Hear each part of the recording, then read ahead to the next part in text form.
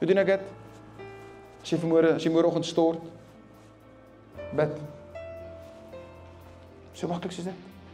As jy pad werk, draai baie van julle ry vir uur, 2 ure lank in die verkeer.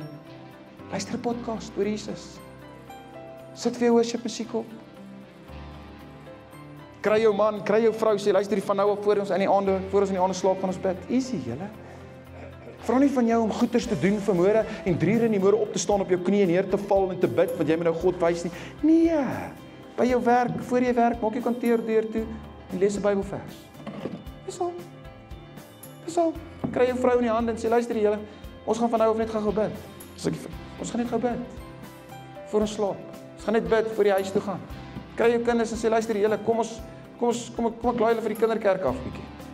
Ek en mamma wil alleen sit in kerk luister. Kinderkerk is wonderlik hoor. Jy kan jou hobby doen, jy kan jou hobby doen. Jy kan jou hobby doen. Glo my, jy kan jou hobby doen.